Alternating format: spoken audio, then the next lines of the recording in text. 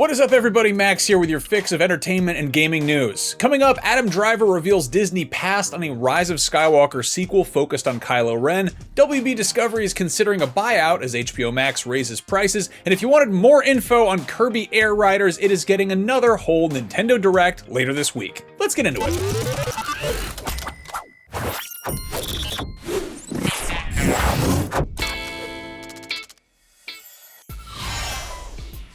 At this point, Disney has scrapped more Star Wars movie projects than it's actually released, and following a recent interview with Adam Driver, we can add one more to the list. Speaking to the Associated Press, Driver revealed that he and director Steven Soderbergh had spent 2 years developing a sequel to The Rise of Skywalker called The Hunt for Ben Solo that would have continued Kylo Ren's story. According to the article, Driver had originally signed onto the sequel trilogy with a character arc in mind that would have inverted Anakin Skywalker's transformation into Darth Vader, but evidently it didn't quite shake out that way for Ben Solo / Kylo Ren. Driver explained that he'd been in talks about another Star Wars movie since 2021, stating, quote, "I always said with a great director and a great story, I'd be there in a second. I loved that character and loved playing him." Allegedly, the movie was pitched to Lucasfilm president Kathleen Kennedy, vice president Carrie Beck, and chief creative officer Dave Filoni, and they were apparently interested. Scott Z. Burns, who'd worked with Soderbergh on several films, including Contagion and The Informant, was hired to pen a screenplay. Driver described it as, quote, "one of the coolest fucking scripts I had ever been a part of," and claimed that Lucasfilm loved the idea and totally understood our angle and why we were doing it. Now, here's where it hit a snag. It was passed along to Disney CEO Bob Iger and Disney co-chairman Alan Bergman, who said no. Driver claims, quote, "they didn't see how Ben Solo was alive, and that was that." I'd like to point out that Bob Iger was still CEO when The Rise of Skywalker was in pre-production. You know, the one where Palpatine is suddenly not dead anymore, and the closest thing we get to an explanation is this old chestnut. Somehow Palpatine returned. Obviously, probably including Bob Iger, everyone knows that after Palpatine's original body was destroyed at the end of Return of the Jedi, he was able to transplant his Sith essence into a clone body stashed away on planet Exegol, and of course, clones age faster than regular humans, which is why his clone body looks older than his original body did when he died.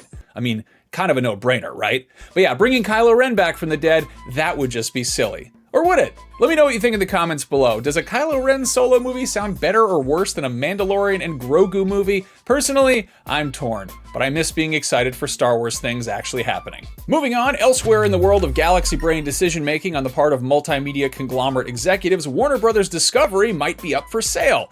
Last we heard, Warner Bros. Discovery would be separating into two distinct media companies, Warner Bros. And Discovery respectively, by mid-2026, which is apparently still potentially happening, but following, quote, unsolicited interest from multiple parties, it's now also considering just selling the entire company. In a note to investors, WB Discovery president David Zaslav stated, quote, "we continue to make important strides to position our business to succeed in today's evolving media landscape by advancing our strategic initiatives, returning our studios to industry leadership, and scaling HBO Max globally. We took the bold step of preparing to separate the company into two distinct leading media companies, Warner Bros. And Discovery Global, because we strongly believed this was the best path forward. It's no surprise that the significant value of our portfolio is receiving increased recognition by others in the market.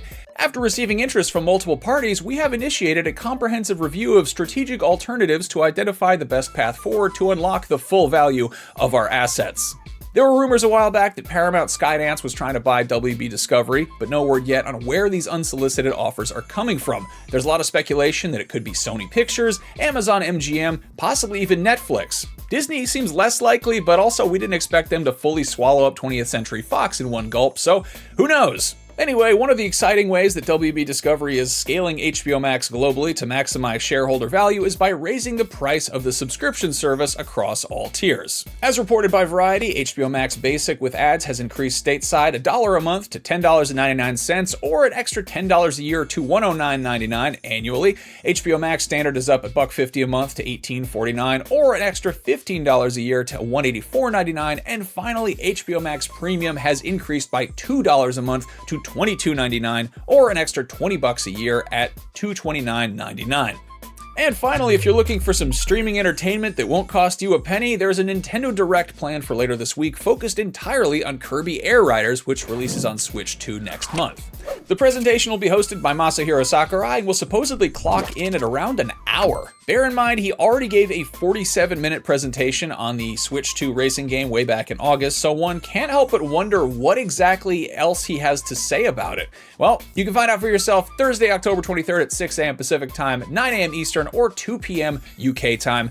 That is your fix for October 21st, 2025. If you're looking for something to play right now that helps support a great cause, head over to Humble. Live now through November 4th, you can grab 8 incredible games for just $14.99, including Atomic Heart, V Rising, System Shock, Story of Seasons, Pioneers of Olive Town, Cryptmaster, Pharaoh: A New Era, Hotel Renovator, and Caravan Sandwich.